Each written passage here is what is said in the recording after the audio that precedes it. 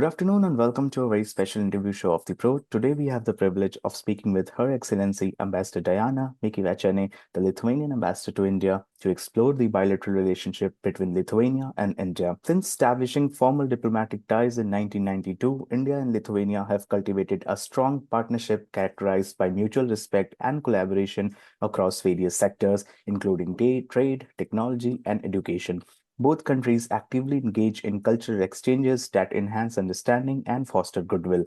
In today's discussion, we'll explore how historical interactions have shaped current diplomatic ties, examine key sectors for collaboration, and discuss strategies for enhancing trade relations. We'll also delve into the roles of technology, educational partnership, and environmental sustainability initiatives. Additionally, we'll touch on our shared goals within multinational forums and how we align our national interests to tackle common global challenges. Thank you so much, Your Excellency, for your time and a very warm welcome to the show. Yeah, very good afternoon. Thank you for your time. Thank you for your interest. My pleasure. Ma'am, I would like to begin the discussion by asking that how have the historical interactions between India and Lithuania influenced their current diplomatic relationship, particularly regarding mutual respect and cooperation? Well, our state-to-state relationship dates from actually very recently. It's just, 24 years ago that we had established diplomatic relations between the two states, with the two independent sovereign states. But we have a unique cultural, historical connection.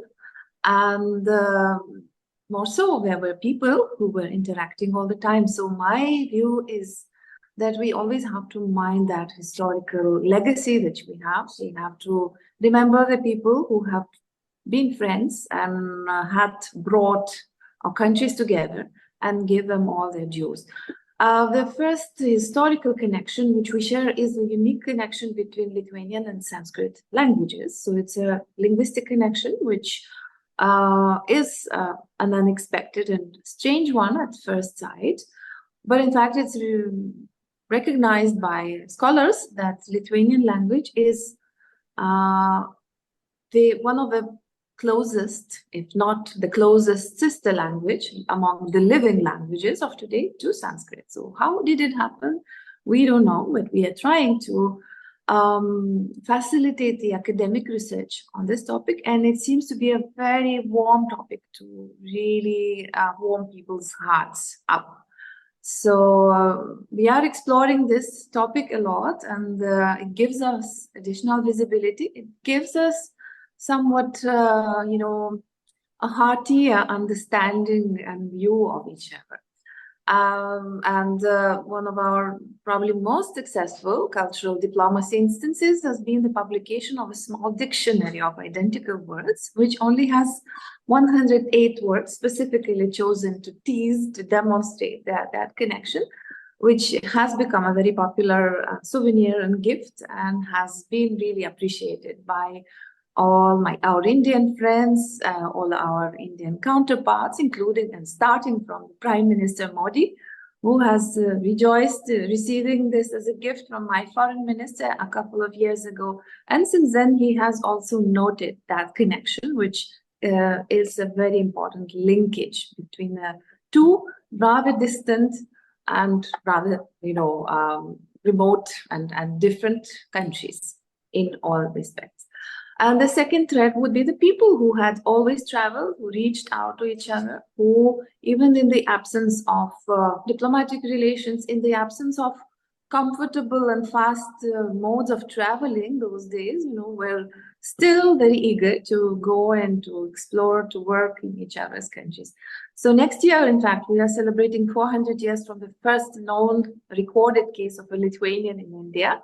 And it could also be 130 years from the very first known Indian on Lithuanian soil. And that's my pet subject. I really like to explore this myself and to facilitate all scholars who want to contribute to the research.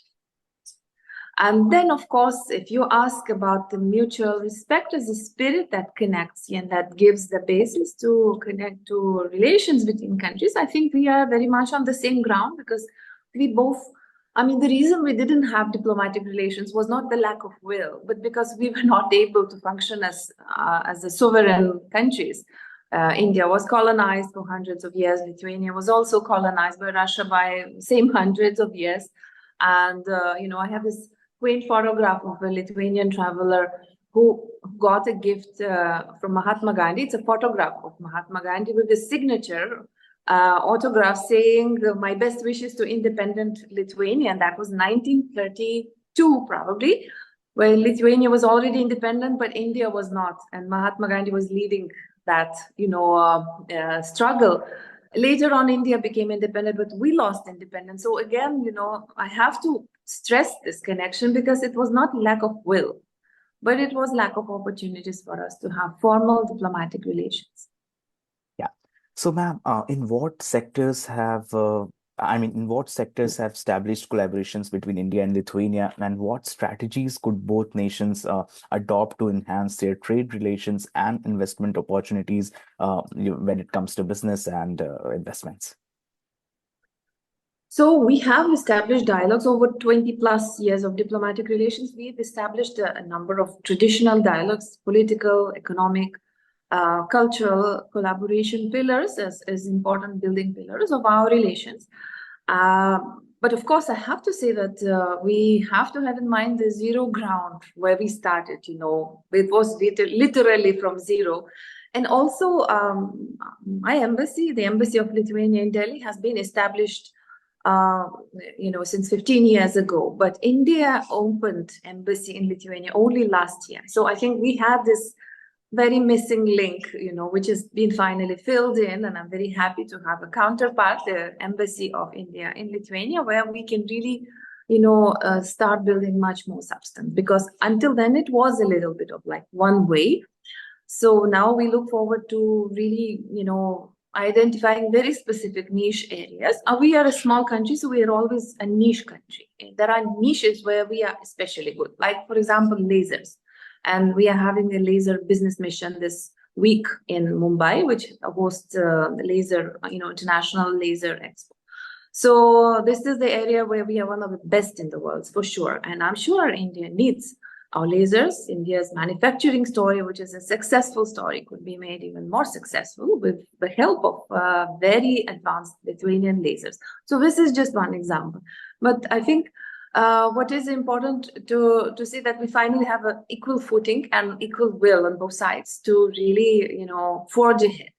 On strategies, I can speak about Lithuanian strategies only. So we have our government adopted last year the strategy towards Indo-Pacific cooperation between Lithuania and the countries in the Indo-Pacific, which has a very important silver line. They're saying that all democratic countries of Indo-Pacific region are our natural partners. And India, being the largest democracy in the world, is of course an important pillar of that strategy. So despite, of course, the fact that business opportunities are always something that drives both countries, but we have also established ourselves like that value element, saying that not any money, we will not be running after any money, but we want to have a very sustainable economic partnership with countries which think similar, which are connected and subscribe to same principles of basic, engagement in international, but also economic relations. Yeah. Ma'am, you talked about the laser technology. So how are India and Lithuania collaborating in terms of innovation and technology, especially in the IT sector and startup ecosystems? And what potential areas do you believe exist for the growth? Well, for now, we have several Lithuanian companies on Indian soil who are specifically working in the ICT-related sector. And to be more specific, it's very, again, quite niche technologies like IoT, like biometrics, for example, where the solutions developed in a small country like Lithuania can be multiplied and beautifully employed in a huge market like Lithuania. So, for example, in IoT, we produce some very high quality IoT hardware, which in fact, is being widely used in India. And I was told by that company called Teltonica that last year, around the similar time when we talked, they had 1/3 of Indian markets for IoT hardware in telematics. So telematics and the hardware for telematics, which can absorb any software. It can be imported software, it can be locally developed software which is meant to solve the problem locally, is there, and it's Lithuanian. Another thing, for example, biometrics. Again, it's a robotic solutions which enable very much very smooth processes for large-scale biometric verification and identification. And India, with this amazing speed and scope for digitalization, which has been happening, which we've all witnessed here, is an ideal place for technologies to find the ground and to be applied. So while India has this massive, it's probably the largest biometrics project in the world, which is called Aadhaar. I know that Aadhaar is in the constant development. So now, of course, the Aadhaar is widely used, but there is Aadhaar 2 in the development stage, and there would be a little Lithuanian there, footprint there, specifically in biometrics, because in biometrics, we are one of the top players in the world. Another example would be smart water meters. I was also hearing from the Indian importers that our smart water meters are best in the world, the most competitive, that combining the quality and the price, they are very good. So I guess the future, and these are just humble examples. These are first steps, I have to say. We don't really have so many of, success stories, but the first success stories are actually very inspiring. So my priority when I came was, in fact, to prompt for more research and more joint development of such technologies. So next month, for example, we are hosting the first webinar between the two science councils of Lithuania and India, as well as higher research, science and technology research institutions, to see how better we can utilize the money which is available through European Union Horizon program, and the money is there. But we need to have more awareness of each other potentials, and also to see the common goals, to identify the areas where the scholars could be teamed up from both states, from both countries, and work to develop something that would be of use on both sides, basically. So this is my personal priority. We have been working, and I have to see we are still making baby steps, but we are making them. So I really look forward to a good, progress in that. Yeah. I haven't mentioned yet, for example, biotechnology. We are a country of biotechnology, and India has been also very successful being developed in biotech and also pharmaceuticals, of course, have been a long established Indian, strength on the global, sort of say, pharmacy market. So we are also exploring the possibilities there, because we are both good. And we have, while we might be very different, you are huge, we are tiny, but there are so many areas where this can be beautifully combined by, taking a solution that has been tested on a small market and making it work in a huge market like India.